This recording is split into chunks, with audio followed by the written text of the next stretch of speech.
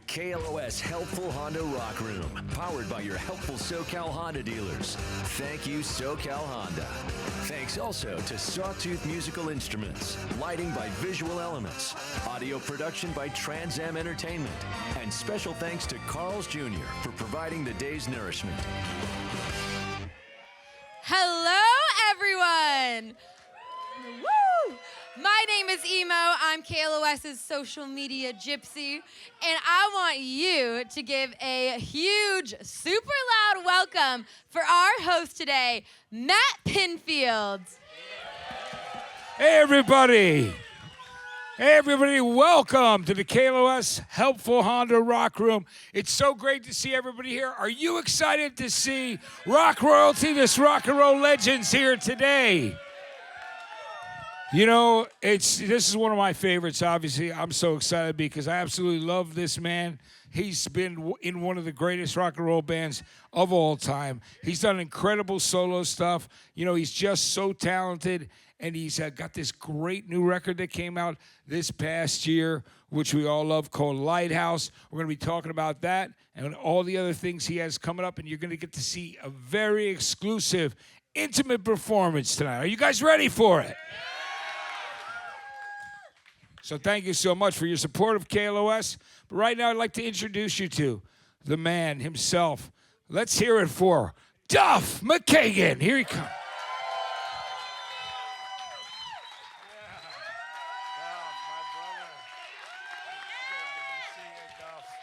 All right, Duff, it's great to see you.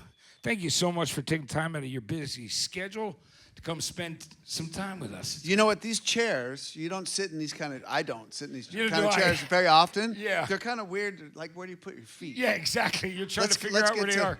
the It's like the important high shit. tops at restaurants that you don't really want to sit at. You know, it's like, you're like, no, dude, I'll take one of the lower chairs. Duff, let's talk about coming originally. You know, I mean, you started playing drums in bands and like when you were about 13, fast back. So let's talk about when your absolute love for music and rock and roll started. Yeah, I was a kid, and there was a lot of music and musicians in my neighborhood, including my older brothers and sisters. There was drum kits, there was guitars. I played left-handed at first. I write left-handed still. Yeah. And one of my brothers had left-handed bass and guitar. So that's how I learned my first 3 chords. When he left the house, those guitars left. So I had to switch. And it was kind of natural. I was so young, like 7th grade or whatever. Yeah. Just started playing with a friend of mine who was a drummer. Bass and drums, I played bass. And then I started playing drums in a band right away. And played bass in another band and guitar in another band. And I was just really searching for that perfect band, whatever that is. Like I saw The Clash in '79. That was a perfect band. I saw that tour too, the same one you did, a London Calling tour. Perfect band. Yeah. Right? Yeah, Like the best. perfect songs, perfect band, all of that stuff. So I was really looking for that, Yeah. whatever that is. And then growing up, getting older in Seattle, playing punk rock bands, then kind of morphing into slowing it down with a band called 10 Minute Warning. Yeah. It was kind of the beginning of that whole thing that became Soundgarden and later on. I don't use the G word because there's too many varied bands, Yeah, it really lump is. them into one thing. You can't compare Alice in Chains to Tad or to Mudhoney or to Pearl Jam. Right. You know? Exactly. Yes. It's just good rock and roll and time. Yeah. Now that we have time away from, I find it. I listen to music. I listen to so much music and it's so varied. It's always varied, right? Like you never really looked at it like I'm listening to this one style. It's whatever moved you, right? Yeah.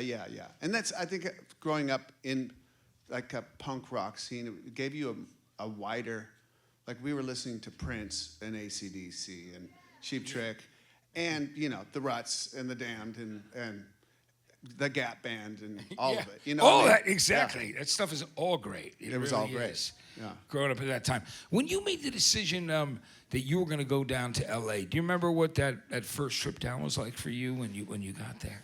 I do. Let's talk about that day. So I had a job in Seattle, of course. I had an apartment.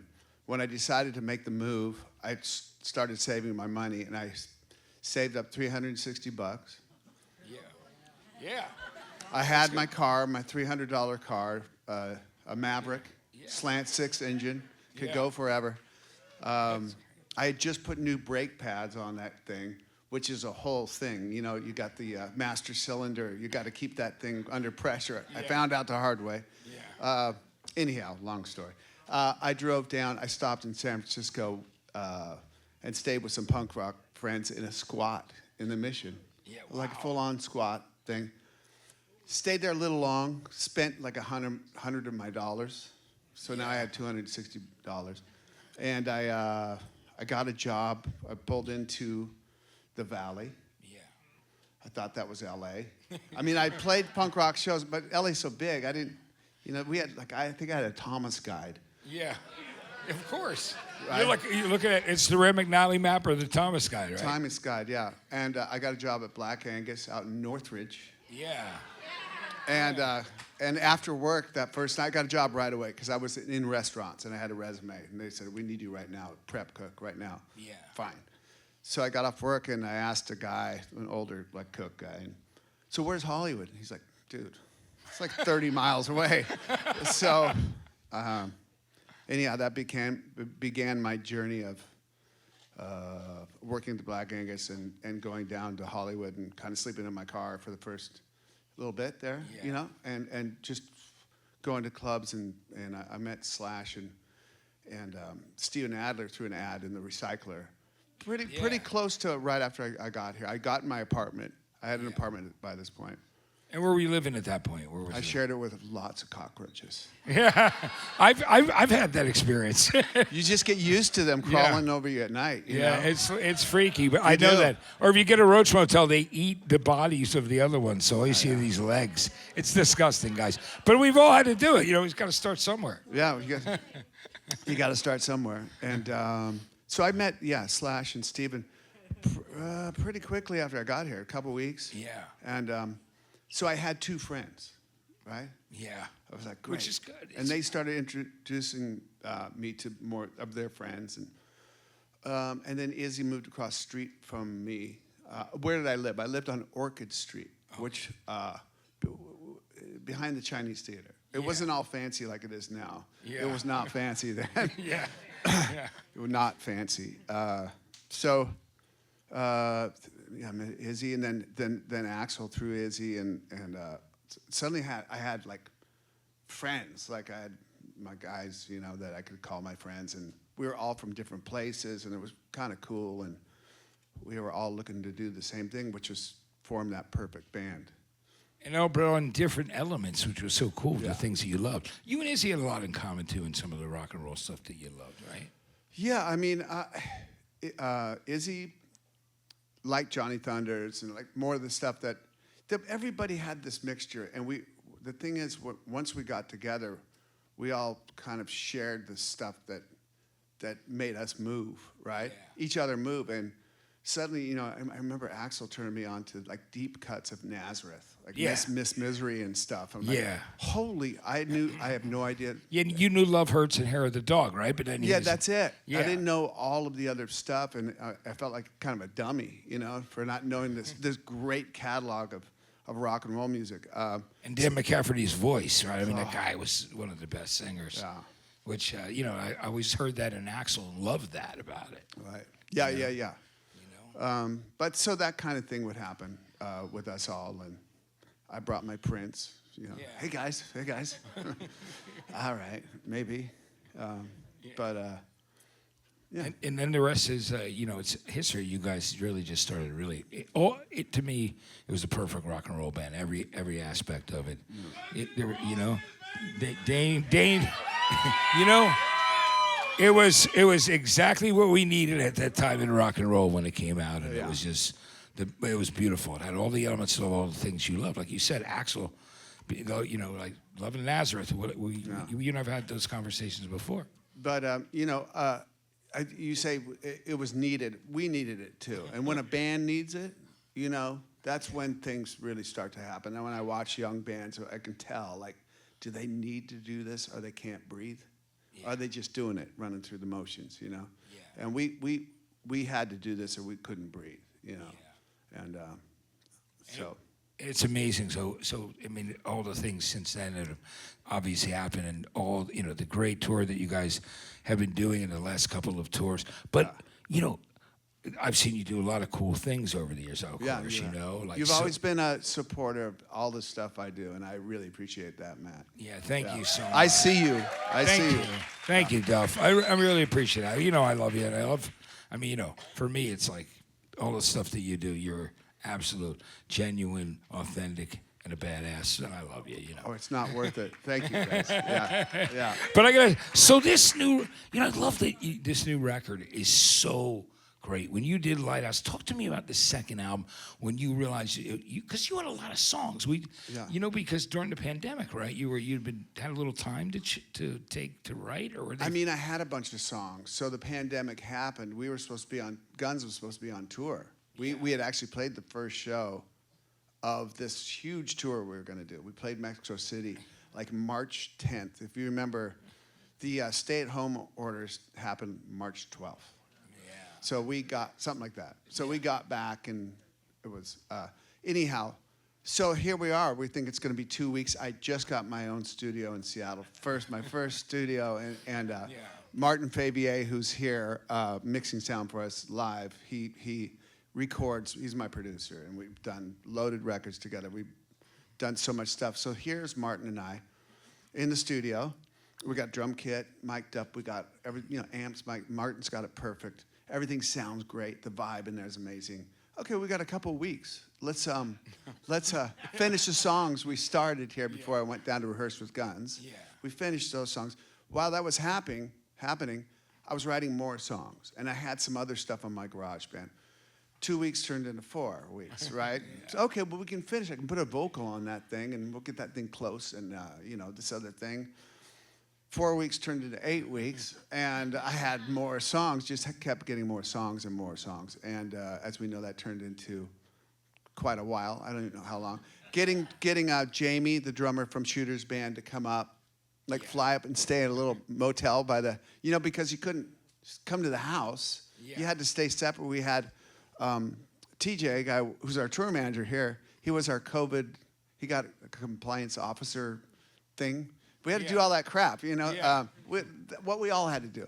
And so we made the record in sort of a vacuum, and I recorded a lot of songs, maybe 60 songs. And with this, Lighthouse is just the first grouping, When we recorded the song Lighthouse, I knew that would be the first song of the first record from this group of songs.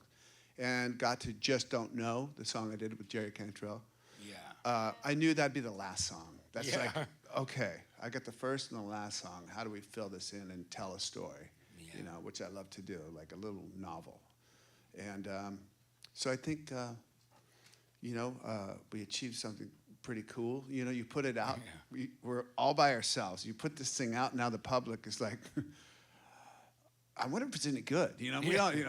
We think it's all right. And so it got a really, really nice reaction, and we just toured through Europe, and it was epic, man. Just going out on these with your own music, and kind of getting this new audience. It started with the Tenderness tour I did with Shooter and his band. Yeah.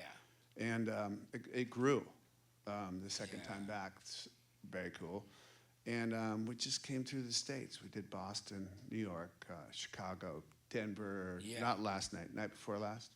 And here we are doing the show. And we're going to play L.A. and Portland and Seattle. And then I'm done. But it's incredible because, just the reaction and the reviews. I mean, I've seen you guys play. I was with you when you were shooting Jimmy Kimmel, and that was amazing. Just to be in that room and you guys, because it was still there's still a little COVID layover, I guess, at that point. But it was was it? Yeah, because it was, not really like outside, but I think it was shot at a different time of the day. But it was there was just this fury and fire. There was something great about it, and the performance, the songs. Even the way you're singing, Duff, I love the way your vocals have really grown with singing more and being out front. It's just like there's something there, with that kind of songwriter urgency. Talk to me about it. I owe a lot to Martin as far as getting my vocal and getting, where I sing it, and the acoustic guitar and Martin. the acoustic guitar sitting up against your chest, I finally listened to it. Yeah. It reverberates and tells you where to sing. And it's usually in a place that your body's comfortable with. You know, the chords, the major chords and a minor chord will just tell your body where to sing. And it's not screaming, you know. So Martin is an amazing singer himself. So he could really coach me while I'm doing vocals. Like, hey, you know, curl your mouth right now and lower your chin. Okay, go. Yeah. You know, these kind of tricks and things. And I just started to become natural. And I appreciate what you say. And getting a band, now we did all this stuff really. We had Tim DiGiulio, who's everybody's favorite guitar player in Seattle. Yeah. Mike McCready's favorite guitar player. Yeah. But he hasn't really gone out on a tour. You just see him do he has a UFO cover band and a Queen cover band. He's had his own bands. Yeah. And they've gotten there. Lazy Susan was a band. They toured with like Page and Plant, I think, for a second or whatever, back in the 90s. Yeah. But he came in, we had him come in and play. We'd have like 5 songs. Okay, Tim, we want you to play on this song right now. You got stand the test of time, be iconic, and do it in 5 minutes. You ready? Go. So he was great on this on Lighthouse record, just amazing. And he's part of this band. And I got Mike Squires from Loaded, who's my bro, and he's an amazing bass player, amazing singer. He came in as my musical director when I wanted to put a band together. How do we do this? We got another really cool get was Jeff Fielder, who plays guitar and keys. He played with Lanigan for 11 years. And we all loved, you know. Yeah. And Mike Musburger on drums. He is. Just remember, I was the first drummer in the Fastbacks. He is the current drummer. He's been in it for like 30 years, but you know, I was the first. Yeah, it's amazing. And you were about 13, 14, weren't you? How old were you? I think 14 or 15. Yeah, maybe I'm off a year, but it was around. The first song I learned to play on drums. They said, "Will you be our drummer?" Sure. Yeah. And they were covering Badfinger's "Baby Blue." What a great song. Yeah, and so that's the first song I learned how to play, and that song really gave you a lot of like different things. And all this time, the time changes. It stops and it starts with a roll again. Yeah. So there I was. I was a drummer in the Fastbacks, and that was super cool. But Mike has done so many things. He's a veteran guy who's toured the world many times over. Yeah. But you know what's great? It's what I love about, you know, because I get to hang out with the guys, you know, and talk to them a bit like we did at Jimmy Kimmel and even here earlier. It's just that there's a friendship. There's a real camaraderie of the guys that you were all from up in the Seattle area, like Buds, which is guys who love music, right? Yeah. It's a thing, and it's always been a thing. Even back in the punk rock days, I didn't leave Seattle because there wasn't good players there. In my age that I am, I'm 60. Yeah. Then in 1983, 82, 83, into 84, a bunch of heroin came into our city. And it just decimated like my scene. Everybody strung out, and I was like, I gotta go somewhere else. I was 19. It's like, it's go time, you know? So that's why I bailed. But I always stayed in touch. I mean, there's so many good players, and still is. And this band is a testament to how good players are in Seattle. Yeah, absolutely. I mean, it's such a great city for that. You know, recently, I love this new cover you did of Heroes, David Bowie. And you know, I know you're an extremely intelligent man, and people know that. They know from the different things that you've done, and they even hear your voice in the airport, right? Is that true? Yeah.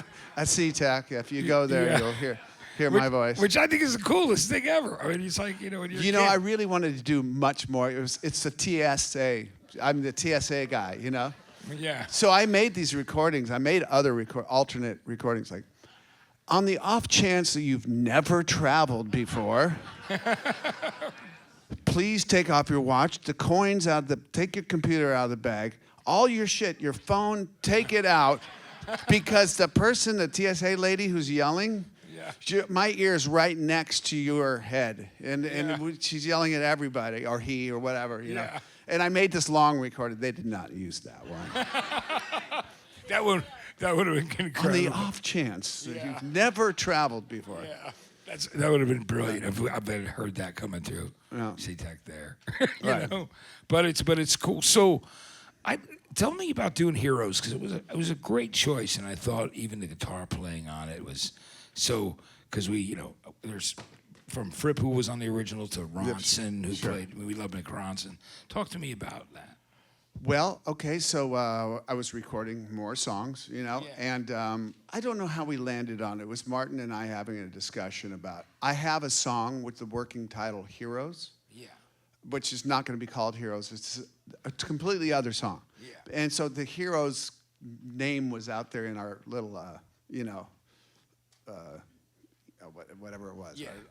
It was up on a board. Yeah. And I think Martin or I said, well, maybe we should try doing Bowie's Heroes. And I learned the chords, and my voice was in the same range as these D and G. That, like, okay. And Jamie was up in town, and we were recording stuff, so I had a drummer. So we just did it on acoustic and drums, like we do everything first. Yeah. And then just started adding, bass and guitars. And Tim DiGiulio came in and did the Ronson Fripp part. And it was like, okay.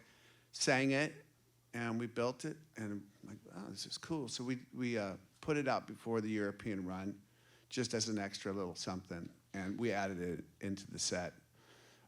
We got to have Steve Jones in London get up and play it with us. Which is the coolest, because we love Steve. He's a good friend. He's one of our idols. He's one of our idols. Yeah. First and foremost, right? Those records blew our minds when we were kids. So having him play with you, and Jacob Dylan got up and did it with you too, right? Was that true? Jacob Dylan, he was in. Well, I knew my manager said, "Oh, Jacob's." Susan and I had dinner with him before a Pearl Jam show in Seattle. He was in Seattle 4 months ago. Yeah. So we went and met him in his hotel and took him down to Pearl Jam. We ate something and went down to Pearl Jam. Very lovely, lovely guy. And we found out he was playing in Boston like the night after I'm playing there last week. Yeah. And so I texted him. I said, are you going to be there the day before? You want to get up and do Heroes? So he brought his whole band, and he did it. I think his whole band, I looked over at one point, and I think his whole band was on stage. So it was like you guys and his band, too. I think his keyboard player was playing Jeff's keyboard, thinking it would be like set for, and it was like on flute sound or something. So I'm not sure how it sounded out front, but, I just think it's funny because, they had the version they had done in the Godzilla soundtrack, which was, years ago. Right. But it was just cool that you were like, hey, let's do this. You've done it before. Yeah, that's basically it. But your version is great, and it's you did this thing with Lee Ving, which I thought was great. He's been playing with him and Joey Shithead. So let's talk about that. Yeah. So I just had Lee Ving. Of the band Fear, who are a legendary punk band. John Belushi's favorite band of all time, by the way. He got them on Saturday Night Live, and they tried to start a mosh pit there. They did, and it went over. You can only imagine how it went over with Lorne Michaels, the producer of Saturday Night Live. He wasn't happy that night. But it's on the YouTube. You can find you can Fear watch on Saturday Night Live. Yeah. But they were and Lee was just one of these heroes. He was like, and when Henry came into Black Flag, that kind of like thing was real, and it was you'd back up a couple steps. Like when they came on stage, like he might kick my ass, and I loved that about Iggy was like that, Lemmy, ooh, I'm gonna back up a couple steps here. Yeah. And Lee for sure, and Lee later in the '80s put a band together called Range War. Yeah. And so somehow we got Range War to do these gigs, Boston, New York, Chicago, and Denver with us. It was just Lee and his guitar player. It was so good. Yeah. And gave us the idea. I had a couple extra songs, as I got 60 songs. So I did there's a song I had called All Turning Loose. And like, what if we can get Lee to do like a co-vocal on it? And he was all for it. And then Joey Shithead, who from DOA, which was like my Kiss. Yeah. He's going to be doing Portland and Seattle. Yeah. And we did the B-side is a song called My Name is Bob, and with me and Joey Shithead. So I got the single with two of my heroes. It's a pink vinyl, 45. Yeah. It's awesome. That is great. So I'm really pleased about that. Yeah, leaving. I did a thing with him about a year ago. We were talking. He'd been in Nam. He'd fought in Vietnam. He had driven a cab in New York City. He'd done a lot of stuff before. I thanked him for his service Sunday night when we played in Denver. Oh, that's great. When he That's came up on awesome. stage, yeah. You did that. Yeah. And Mike Squires, our own Mike Squires, Lance Corporal Mike Squires from the Marine, great. U.S. Marine Corps. Yeah. Yes. We got to thank him thank all of our veterans for their service. It's so great, that. So you also have this great for Record Store Day. There's this Live at Easy Street thing I saw online. I'm like, whoa. So talk to me about that. That's with Dan Auerbach's studio from the Black Keys. Is that what it is? Live Easy Street? Easy Street, no, okay, so Easy Street Records in Seattle. Yeah, okay. Oh, yeah. I see. Yeah. So we played, Amoeba does it. LA is fortunate in that we've got an Amoeba here. Okay, yeah. And Seattle has Easy Street, which So- bands play at. Oh, I see. They clear whatever they do, and there's a little stage there. And, everybody's played there. Slash just did his blues. Yeah, I hosted that, which was great. It was really cool when he did that at the Amoeba here. So I was like, it's from the record store. So we played there because my record came out. Lighthouse came out. I was on the road with Guns. We had extended our tour. I was supposed to be like home and like, let's figure out some gigs to play or whatever you do, But I was in Boise in a motel room when my record came out. My wife sent me a cake. Yeah. That's awesome. Susan's the best. Susan's the best. Yeah, man. Congratulations, honey. And I'm like, okay, well, the record's out. What does that mean? Like, people, are they listening to it right now? Well, I'm sure I a will lot of not people go on the internet and like look for comments or nothing. I don't do that. Yeah. So I'm just like, okay. But what was my point? Well, you were talking about so you were explaining to me Easy Street, the record store. Oh, Easy Street. So so we had to do a gig. So I put a band together. We did not have Jeff Fielder. We had Ryan Waters on guitar, who's a Prince guy. He lives in Seattle. He's a badass. And we had a guy, Ryan Burns, on keys, and Mike Squires and Mike Musburger. And we played a 7-song set at the record. And they just jam the record store with people. And they're out on the streets. They have one of those big garage doors they lift up. Yeah. And it's just so people cool. on the street. It's just a great gig to do. We did it December, 5th or something like that. I don't remember. Yeah. But we played Easy Street, and we recorded it. Martin recorded it, and it's going to be Martin's awesome. And we're going to release that on Record Store Day. Which people are excited about. I know I am. I saw the thing, and I was like, wait a minute. I got to get this, because I'm so into vinyl now. Yeah, same here. I'm so in. We got a record room in our house in Seattle, and we just...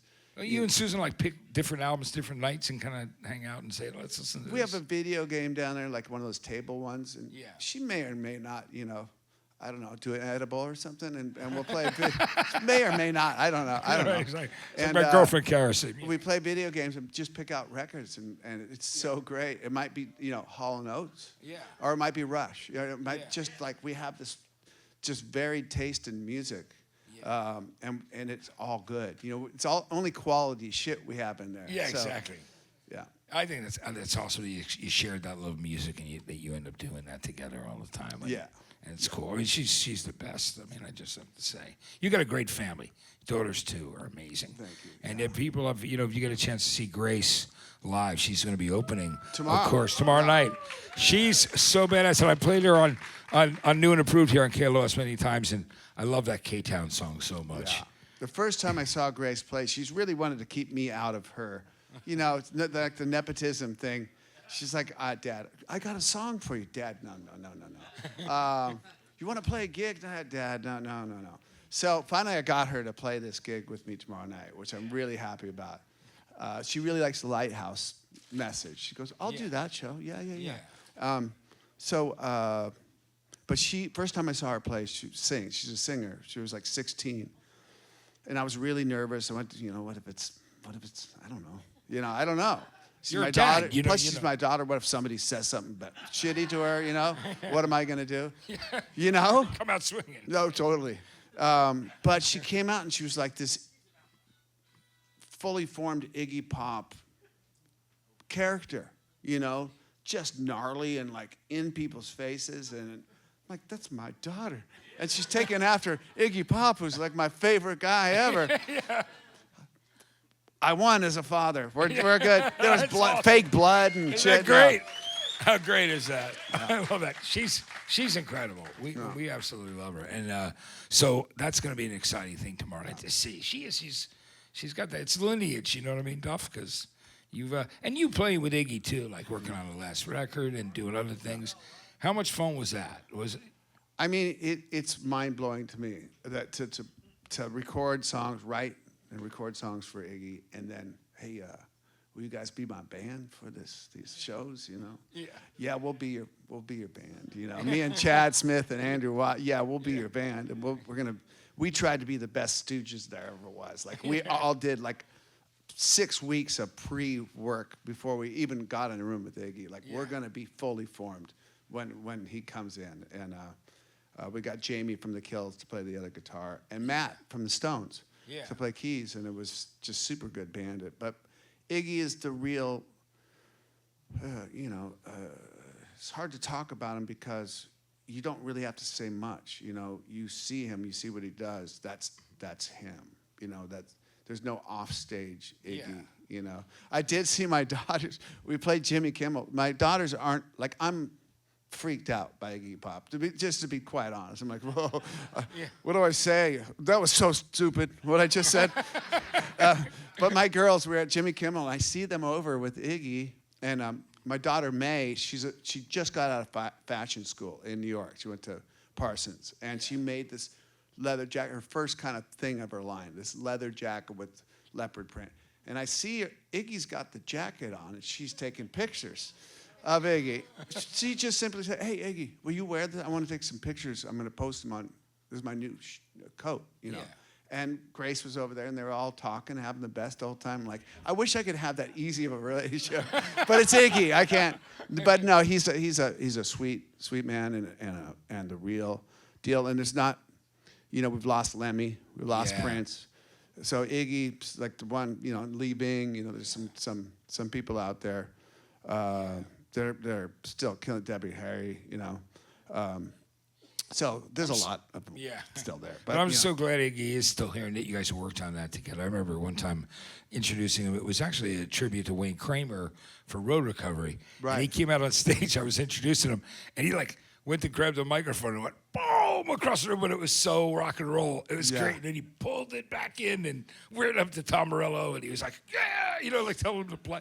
Like it was such a cool rock and roll moment. That's him. And then he was being nice to my daughter backstage. So it's like what you're talking about. You know what I mean? And I love that. So I'm glad. And I just gave tours of the Punk Rock Museum, 6 of them in the last. Right, have you been there yet? I have not been there yet. Yeah, it's really cool. You would love that. And do you guys know about that? The Punk Rock Museum in Vegas? Yeah. Yeah, so I did like 6 tours. I've done it twice. And, you know, it was just cool because, you know, there's the roots of punk that goes all the way back to the rock and roll greats of like Little Richard, the Jerry Lee Lewis, and the Johnny Burnett trio. But then it's the Stooges, the MC5, you know what I mean, the Dolls, so many other people, and Dead Boys, and it's just, so for me it's fun. It's kind of like going through my childhood record collection and growing up. So. Easily explainable, all this stuff. Yeah, so it's great. But you got to go sometime.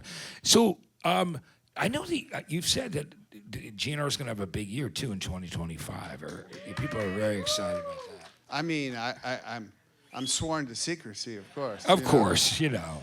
But we always have something around the corner, and it's always super fun. You know, it's the best ever. My life is good. Like playing shows with those guys, and we've been through so much together. Yeah. You know, I mean, we don't even have to talk about it. We've just been through things, you know, and it's kind of powerful, you know. Yeah. So we got some stuff coming up next year and the year after. So it's just the greatest thing of all time. You've seen you guys out there together playing anytime because it's just, you know, it's such an important part of so many people's lives, and so we want to thank you for that. You know what I mean, in a big way. But and everything you do, and I was just thinking too about you and I when Loaded played like the CBGB's festival in Times Square. Remember? There's so many stories. It was like 110 degrees, wasn't it? Yeah, it was hot. It was literally, I think, 110 in degrees. October, remember, or something like that. Wasn't right? it? Yeah, I think it was crazy. It was unusually warm. Yeah. That show, but Maybe 105. yeah, but we had a great time. And I want to just say it's so great to have you, Duff. We're going to take a couple fans' questions for you right cool. now. So, Emo, who's our first person you have right there? All right, we got Christian from Glendora. What do you want to ask Duff? Hey, so I have a friend who, and his dad was in the GNR camp or in the early years. Okay. And he said that, quote, the jungle was a warehouse that you guys would break into to do shows until the cops came. And I'm curious if those stories are true. That's a great story. That is not true. Oh, what? Damn it. No. There you go. I think the jungle was the Bronx. Axl was hitchhiking through and got left in some skeezy part of town, and somebody came up to him and said, "You know where you are? You're in the jungle. You're going to die." The Bronx is still has its scary areas, of course. Not a warehouse that we'd break into. Damn. All right. I don't think the guy's dad maybe was as close as he might. I can't imagine anything that was close to that, but we would have if there's a warehouse we could have gone to. We would have. And why not, right? Exactly. Sure. Yeah. But so thank you for your question. Okay, and what's your name and what's your question? Where are you from? My name's Christian. I'm from Palmdale and Duff. I just wanted to ask you, what are some of the biggest differences when you're writing solo music as opposed to when you're writing music with GNR? Well, I mean, all the stuff I write solitarily by myself is not going to have, the input of Slash or Axl or whatever we do, right? So, but I will sometimes have intentions, like this song, when it's done, like, oh, to me, this is for Guns. To me, this is for me. I've written some songs for some other people. Like, I went and saw Psychedelic Furs at the Troubadour 5 years ago or something. I was so, Psychedelic Furred out. Like, yes, the next morning I wrote their next big single, you know? Yeah. I thought. Yeah. And it was great. It had the whole storyline and the whole thing, and I sent it. They were making a record. I sent it. Richard Fortas was producing the record. Yeah. Richard's amazing. Yeah. I sent it to Richard. I got their song, dude. I got a song for him. Yeah. And he's like, yeah. He played it. He goes, Richard Butler, he's never sang anybody else's lyric in his life. I'm like, damn it. So, but I still have it. It's done. Yeah. It'd be great if you. If it might come out under me. And I'd I'll love put a to little hear footnote. This was for Psychedelic First. Yeah, it's great. But I'm dying to hear that now because I love the first two. Like all that early stuff was so great, right? I just saw them again. With the Mary Chain. With Mary Chain was. Were they awesome? Yeah. That was so good. Yeah. They just came through here, but I was in the Punk Rock Museum tours in Vegas, so I missed it. We saw them in Seattle, at the Paramount. I'm glad you got to see that. We're having our own comedy. Sorry, about that, guys. We're going to go off. It's just like two friends hanging out, Well, thank you for your question. Thanks, bud. Yeah, we appreciate it. Is there one more question that we have? We got James from right here in Los Angeles. What do you got for Duff? Hey, Duff, how you doing? I'm good, man. I wanted to ask you, are you guys doing any special shows next year for the 40th anniversary of Guns N' Roses? Is it the 40th anniversary? Yep. Thanks for letting me know. Man, this band played a place in Boston last week called the Paradise. It's a famous old club. Legendary. We go to play the Paradise. I'm like, oh yeah, this is the same place that Guns played on Appetite. And we did a club tour, a bunch of them, and we played the Paradise. And the owner of the place was still the owner. He had just bought it, I think, then in '87. He goes, yeah, man, you played here October 19th, 1987. My first time back. And I said, man, 27 years ago. He goes, no, 37 years ago. Right. It's something that you can easily make that mistake. I don't feel any different. The thing is, you say a number like 37 years or 40 years, ooh, that sounds like a lot of time. But I'm still the guy that was in his Slant 6 Maverick, driving down, getting a job at Black Angus. There's no difference. And I want to say something. There's people here, and you talk about Guns N' Roses and live shows and stuff. I love to travel the world. I love to go places, coffee shops and museums and churches and castles and you name it. And my wife and I are complete nerds. We do all the stuff. And I've done this since the 80s, you know. What happens is you get to meet people, and you get to see different cultures. And I like to stand back and watch the cultures, not insinuate myself into cultures. And I've been to Indonesia and Middle East and, you know, Asia and you name it. Yeah. South America, Europe, of course, a million times. And America, it's got a bunch of different culture in it, you know. And I hear, I've been in conversations with people like, oh, you just saved somebody's life yesterday. Oh, fuck. Yeah. What did I do, you know? But I meet the most amazing people, have like their own epic stories, and we all have such depth. You know, none of us are just like a fucking punter, you know what I mean? Like, we all have depth, and I appreciate that about, like, when I play shows, I don't think there's a difference between up on stage and the people out watching. We're all in this fucking thing together, right?